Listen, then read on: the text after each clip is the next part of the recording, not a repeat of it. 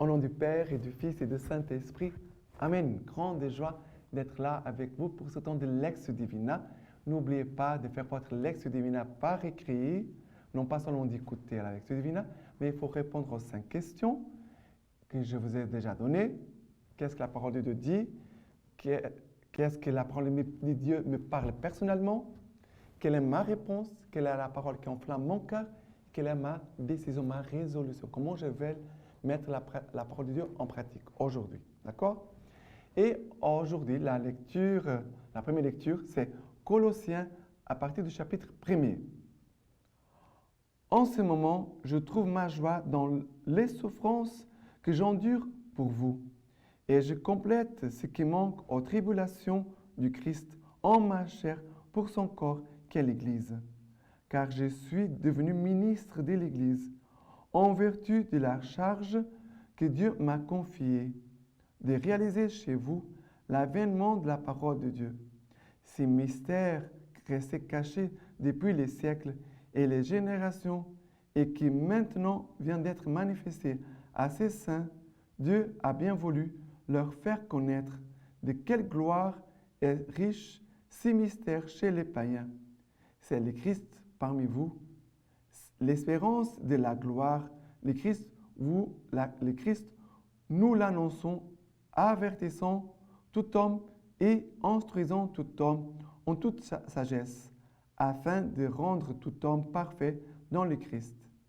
Et c'est bien pour cette cause que je me fatigue à lutter avec son énergie qui agit en moi avec puissance.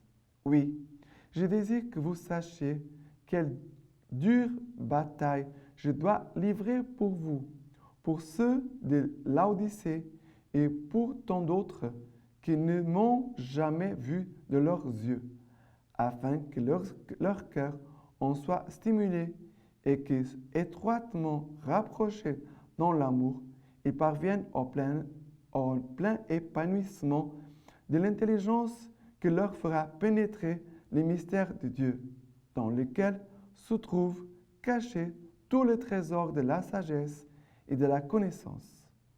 Alors, cette première lecture commence par nous dire, Saint Paul, il dit, « Je trouve ma joie dans les souffrances que j'endure pour vous. » Ça veut dire, nos souffrances, souvent, qu'est-ce que la personne, comment elle vit?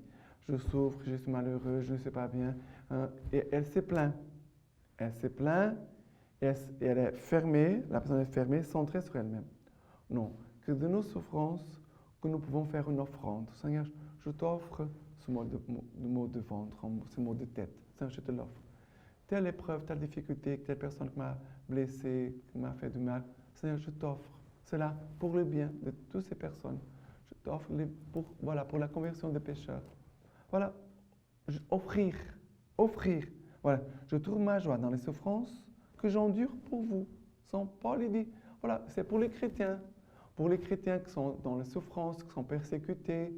Paul est en train d'offrir.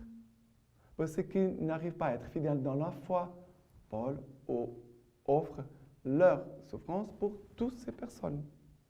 Et après, il dit encore, je complète ce qui manque aux tribulations du Christ en ma chair, pour son corps qui est l'Église. Ça veut dire, Paul, il va encore plus loin, il dit, je souffre dans ma chair, ce qui manque aux souffrances du Christ par son corps, c'est l'Église. Ça veut dire, Paul, il est en train d'unir ses souffrances aux souffrances de la passion du Christ, parce que l'Église, c'est le corps du Christ.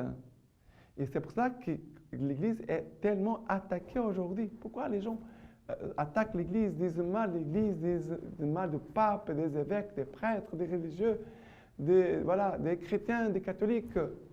Ils disent mal. Pourquoi? Ils sont en train d'attaquer le corps du Christ, c'est l'Église. Blesser l'Église, offenser l'Église, on touche directement le Christ. On doit savoir ça. C'est pour cela que nous, surtout nous les chrétiens, on ne doit pas dire du mal de l'Église. On ne doit pas dire du mal du pape, on ne doit pas dire du mal des évêques, des prêtres. On doit, oui, prier pour eux, pour les soutenir par nos prières, oui, Mais dire du mal, non, ça on ne fait pas.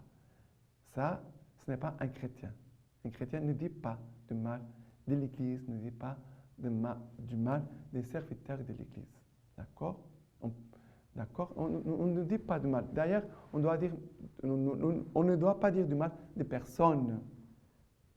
On doit voir les biens et soutenir la faiblesse des autres par notre prière. D'accord? Voilà, et là, c'est beaucoup de choses, mais seulement pour dire, le Seigneur veut nous communiquer sa force. Le Seigneur veut, c'est bien pour cette cause. Ça veut dire, Paul, il veut annoncer l'évangile, il se fatigue à lutter pour l'évangélisation. Il dit, mais je suis soutenu par la force de l'Esprit Saint. Il dit, avec son énergie qui agit en moi avec puissance. Ça veut dire, je m'appuie sur la force de Dieu. Je m'appuie sur la force, la puissance de l'Esprit Saint.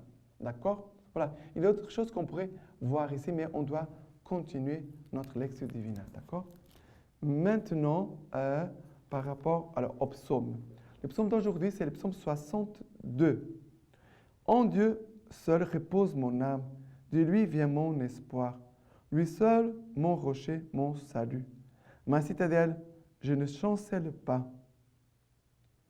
Fiez-vous à lui, peuple, en tout temps, devant lui épanchez votre cœur.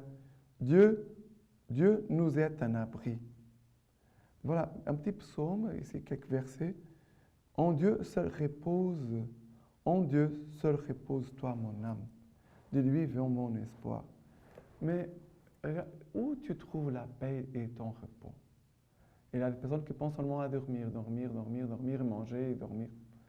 Non, notre repos, notre paix, elle se trouve en Dieu seul. En lui, notre âme se repose. De lui vient notre espérance. De lui vient notre espérance. Voilà. Lui seul est mon rocher, mon salut. Ma citadelle, je ne chancelle pas. Je suis ferme. Je suis ferme. Je suis appuyé sur lui. Je suis appuyé sur sa parole. Je suis appuyé sur sa présence. Parce que Dieu, il est toujours présent. Il nous accompagne tout le temps comme bon berger qu'il est. Il nous soutient avec sa parole. Il nous communique sa force, son amour. Voilà. Fiez-vous à lui, ça veut dire confiez en lui. Gardez confiance en Dieu. Devant lui, épanchez votre cœur. Ça veut dire, c'est la prière. Épancher notre cœur devant le Seigneur, c'est notre prière. C'est la vie de prière. D'être là au pied du Seigneur. D'adorer le Seigneur. Est-ce que tu adores le Seigneur? Au moins de temps en temps, une fois par semaine. Chaque dimanche, quand tu vas à la messe, d'arriver un peu avant la messe pour pouvoir adorer le Seigneur qui est là dans le tabernacle. Comment tu vis ta vie spirituelle? Comment tu vis ta relation avec le Seigneur? Comment tu vis la lecture divine? D'accord? Plusieurs questions qu'on pourrait se mettre ici. Mais le Seigneur veut vraiment nous donner la paix, que notre cœur se repose en lui et en lui seul. D'accord? Et maintenant, l'évangile d'aujourd'hui, c'est Luc chapitre 6. Or, il advint un autre sabbat qu'il entra dans la synagogue et il enseignait. Il y avait là un homme dont la main droite était sèche. Les scribes et les pharisiens l'épiaient pour voir s'il allait guérir le sabbat, s'il allait guérir le sabbat afin de trouver à l'accuser.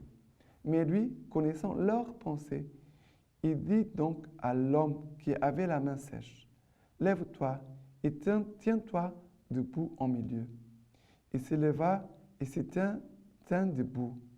Puis Jésus leur dit, « Je vous le demande, est-il permis le sabbat de faire le bien plutôt que de faire le mal, de sauver une vie plutôt que de la perdre? » Promenant alors son regard sur eux tous, il lui dit, « Étends ta main. » L'autre le fit, et sa main fut remise en état. Mais eux furent remplis de rage et se concertaient sur ce qu'ils pourraient bien faire à Jésus. Regardez, il y a des personnes, malheureusement, qui sont toujours en train de chercher à faire le mal. qui voient le mal toujours pour accuser l'autre, pour diffamer les autres, sont des pharisiens. Mais c'est triste. Ces personnes-là qui vivent comme ça, ils sont toujours malheureux. Ils sont toujours dans un état de tristesse, de vide, voilà, de dégoût intérieur. Ce sont des personnes qui ne s'aiment pas, en fait. Parce que quelqu'un qui s'aime et qui aime aussi les autres, cette personne ne vit pas comme ça, en train de regarder pour comment les autres, qu'est-ce que les autres font, se font du bien, se font du mal. Non, une chose, c'est d'éveiller sur les biens. Mon frère, ne fais pas ça, c'est pas bon. Ce n'est pas comme ça qu'on fait les choses. Fais correctement. On doit bien faire les choses à la maison, au travail, partout. On ne doit pas être négligent. On doit avoir du zèle. Ça, oui. Mais pour voir le mal, l'autre, voilà comme il est paresseux, il est comme ça, il a toujours... on regarde comme il parle, avec beaucoup d'orgueil, de présomption. Mais la personne, déjà, elle est présomptueuse. Elle est déjà orgueilleuse en train de critiquer les autres.